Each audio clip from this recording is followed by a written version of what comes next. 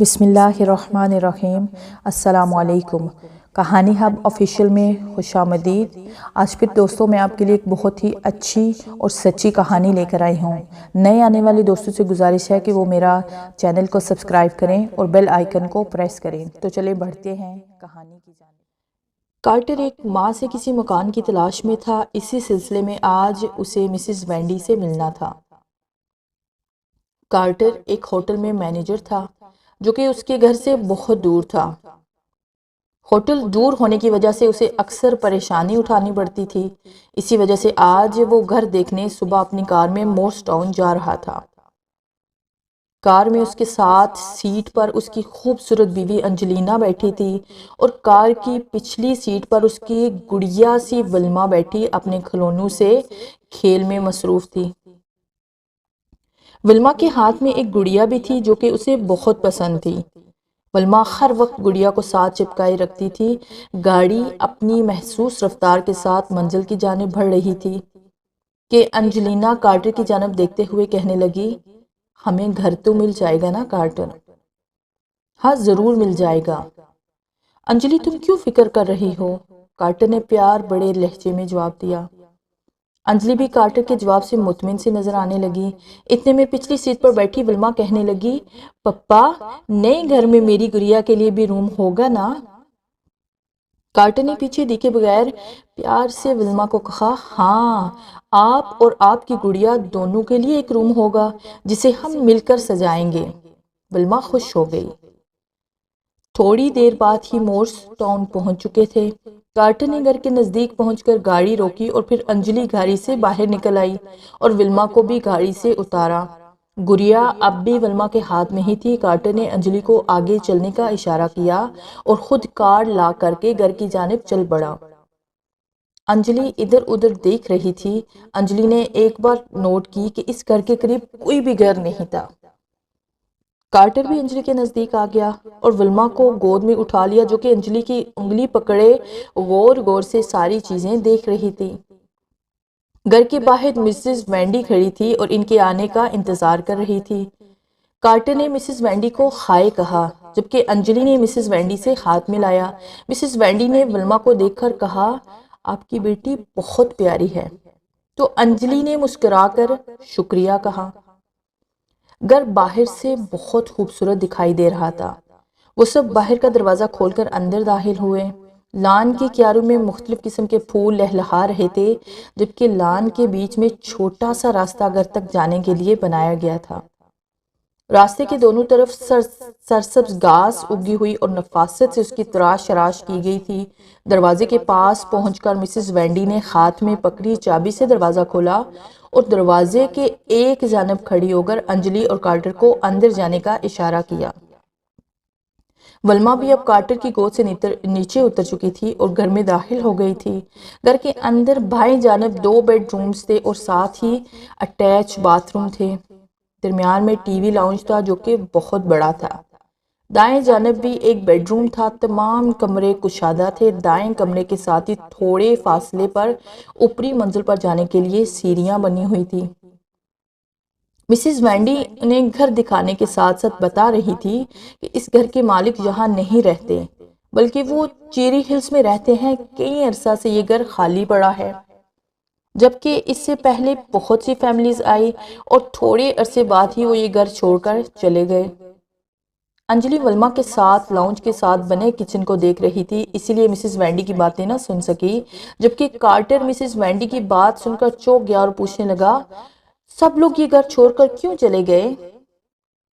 Mrs Wendy Carter کو بتانے لگی، یہاں پر بہت سالوں پہلے ایک فیملیز پراسرار طور پر مر گئی تھی۔ ان کے مرنے کی وجہ کبھی بھی سامنے نہیں آئی، بس اس کے بعد جو بھی آیا کچھ عرصہ گزرنے کے بعد پیچھے مڑ کر نہیں دیکھا۔ کارٹر مسز وینڈی کی باتیں غور سے سن رہا تھا کہ اس نے دیکھا انجلی ولما کو لیے اسی جانب آ رہی ہے تو مسز وینڈی سے کہنے لگا، پلیز آپ اس بات کا ذکر انجلی سے مت کیجیے گا۔ مسز وینڈی نے اسبات میں سر ہلایا۔ اتنے میں انجلی ولما سمیت دائیں جانب بنے کمرے میں پہنچ چکی تھی۔ انجلی کارٹر کو مخاطب کر کے بولی، کیوں نہ ہم اب اوپر کی منزل دیکھیں؟ کارٹر انجلی کی بات سن کر مسز وینڈی سے کہنے لگا، آئیں ہم اوپر کی منزل دے کر آتے ہیں۔ پھر وہ تینوں سیڑھی کی جانب بڑھ گئے جبکہ ولما وہیں کمرے میں کھیل رہی تھی۔ اوپری منزل پر بھی 3 کمرے بائیں جانب تھے جبکہ بائیں جانب ایک کمرہ تھا اور ساتھ ہی ایک اسٹور روم تھا جس میں سامان رکھا تھا۔ مسز وینڈی کہنے لگی، یہ سب سامان بالکل صحیح ہے، آپ اسے استعمال کر سکتے ہیں۔ پھر وہ سب نیچے آ گئے جہاں سیڑھیوں کے پاس ہی ولما کھڑی تھی۔ کارٹر نے انجلی سے پوچھا، کیسا لگا گھر؟ انجلی نے خوش ہو کر کہا، بہت اچھا۔ پھر انجلی ولما کو لیے لان میں آ گئی جبکہ کارٹر مسز وینڈی سے گھر کے معاملات طے کرنے لگا۔ کچھ دیر بعد ہی کارٹر اور مسز زونڈی گھر سے نکل آئے اور گھر کو مسز وینڈی نے لاک کر دیا اور چابی کارٹر کے حوالے کر دی۔ پھر مسز وینڈی بھی چلتی ہوئی انجلی کے قریب آ گئی اور انہیں بائے کہا اور ولما کو پیار کیا، پھر اپنی گاڑی کی جانب چل دی۔ کارٹر بھی انجلی کے پاس آ گیا اور وہ تینوں بھی اپنی گاڑی کی جانب بڑھ گئے۔ اگلے ہی دن انجلی اور کارٹر اس گھر میں شفٹ ہو گئے۔ کارٹر نے 1 ہفتے کے لیے ہوٹل سے چھٹیاں لے رکھی تھی۔ وہ اور انجلی صبح سے گھر کا سامان سیٹ کرنے میں لگے تھے۔ دوپہر ہو چکی تھی، 2 کمرے سیٹ ہو چکے تھے اور کچن بھی سیٹ ہو گیا تھا۔ کارٹر تھک چکا تھا، وہ ولما کو لیے صوفے پر آ بیٹھا جبکہ انجلی کھانا بنانے میں کچن میں چل دی۔ کھانا کھا کر تھوڑی دیر آرام کی غرض سے وہ لوگ لیٹ گئے۔ اب ولما اور کارٹر سو چکے تھے جبکہ انجلی کو نیند نہیں آ رہی تھی۔ وہ اٹھی اور اوپر کی منزل کی جانب چل دی۔ کھڑکیوں سے روشنی لاؤنج میں پڑ رہی تھی۔ انجلی کھڑکی کی جانب آئی اور کھڑکی کھول کر باہر دیکھنے لگی۔ اچانک ہی اسے محسوس ہوا کہ جیسے اس کے پیچھے سے کوئی گزرا ہو۔ وہ فوراً پیچھے مڑی لیکن پیچھے کوئی بھی نہیں تھا۔ تمام کمروں کے دروازے بند تھے لیکن اسٹور روم کا دروازہ آدھا کھلا تھا۔ جب وہ یہاں آئی تھی تو تمام دروازے بند تھے۔ وہ کھڑکی بند کر کے اسٹور روم کی جانب بڑھنے لگی۔ ابھی وہ دروازے کے قریب ہی پہنچی تھی کہ ولما کے رونے کی آواز نے اسے اپنی طرف متوجہ کر لیا اور وہ فوراً سیڑھیاں اترتی نیچے چلی آئی۔ جب وہ کمرے میں داخل ہوئی تو دیکھا کہ ولما تو سکون سے سو رہی ہے۔ وہ حیران تھی کیونکہ اس نے خود ولما کے رونے کی آواز سنی تھی۔ بہرحال وہ سمجھ نہ سکی کہ یہ اس کا وہم تھا یا سچ میں ولما روئی تھی۔ وہ اپنے ذہن سے تمام خیالات جھٹک کر کچن کی جانب چل دی اور رات کے لیے کھانا تیار کرنے لگی۔ اس نے سینڈوچ بنائے، گوشت فرائی کیا، ولما کے لیے نوڈلز بنائے۔ اتنے میں کارٹر اٹھ گیا اور کچن میں چلا آیا جہاں انجلی برتن دھونے میں مصروف تھی۔ کارٹر کچن میں ہی رکھی کرسی پر بیٹھ گیا۔ اس کے دماغ میں اب بھی مسز وینڈی کی اس گھر کے متعلق کی باتیں گردش کر رہی تھی۔ وہ سوچنے لگا کہ یہ سب انجلی کو بتانا مناسب رہے گا، پھر خود ہی اپنے خیال کو جھٹک دیا، کہیں انجلی یہ سب سن کر ڈر نہ جائے۔ انجلی نے برتن ٹیبل پر لگانے شروع کر دیے۔ ولما بھی اٹھ چکی تھی۔ تینوں کھانا کھانے میں مصروف ہو گئے۔ رات کے 9 بج چکے تھے۔ کچھ دیر تک باتیں کرتے رہے پھر سونے کے لیے چل دیے۔ انجلی ولما کو اس کے روم میں سلا کر آئی۔ انجلی تھک چکی تھی، بیڈ پر لیٹتے ہی نیند کی آغوش میں چلی گئی تھی۔ رات کا نہ جانے کون سا پہر تھا۔ انجلی کی آنکھ ایک زور کی چیخ سے کھل گئی۔ وہ ڈر گئی، فوراً اٹھ کر ولما کے کمرے کی جانب گئی کہ کہیں ولما تو نہیں رو رہی۔ لیکن جب ولما کے کمرے میں گئی تو دیکھا ولما اپنی گڑیا اپنے سامنے رکھ کے اسے باتیں کرنے میں مصروف تھی۔ لیکن اس کی حیرت کی انتہا نہ رہی جب اس نے دیکھا کہ گڑیا نے ولما کی بات کا جواب دیا اور اس کے ہونٹ بھی ہلے۔ وہ بے یقینی سے کبھی ولما اور کبھی گڑیا کو دیکھ رہی تھی۔ اسے اپنی آنکھوں پر یقین نہیں آ رہا تھا کہ جو منظر اس نے دیکھا ہے وہ حقیقت ہے یا پھر اس کا وہم۔ وہ ولما کے بیڈ کی جانب آئی لیکن اب گڑیا بالکل ساکت تھی۔ انجلی ولما سے کہنے لگی، تم ابھی اس گڑیا سے باتیں کر رہی تھی؟ ولما بولی، ماما مجھے نیند نہیں آ رہی تھی اس لیے میں گڑیا کے ساتھ باتیں کر رہی تھی۔ انجلی کہنے لگی، بیٹا اب صبح کھیلنا، ابھی سو جاؤ۔ انجلی بھی ولما کے ساتھ لیٹ گئی۔ کچھ دیر پہلے کا منظر اب بھی انجلی کے ذہن میں تھا۔ کچھ ہی دیر بعد ولما پھر سے گہری نیند میں تھی، جبکہ ساتھ ہی اس کی گڑیا بھی لیٹی ہوئی تھی۔ انجلی آرام سے اٹھی اور ڈرتے ڈرتے گڑیا کو اٹھایا اور لاؤنج میں پڑے صوفے پر رکھ دیا اور خود اپنے کمرے میں آ گئی۔ اس نے سوچا کہ یہ بات وہ کارٹر کو بتا دے، لیکن کارٹر گہری نیند میں تھا، لہٰذا انجلی نے اسے اس وقت اٹھانا مناسب نہ سمجھا اور بستر پر لیٹ گئی۔ صبح 10 بجے کارٹر اٹھا تو انجلی کچن میں ولما کو ناشتہ کروا رہی تھی۔ کارٹر کچن میں آیا تو انجلی نے اسے کافی کا کپ دیا اور ساتھ ہی بریڈ اور مکھن ٹیبل پر رکھ دیا۔ کارٹر ناشتہ کرنے لگا۔ انجلی نے ناشتے سے فارغ ہو کر اوپری منزل کو سیٹ کرنے کا ارادہ کیا، جبکہ ولما کو کارٹر کے پاس ہی رہنے دیا۔ اسٹور روم میں انجلی داخل ہوئی اور ایک ایک کر کے چیزیں دیکھنے لگی۔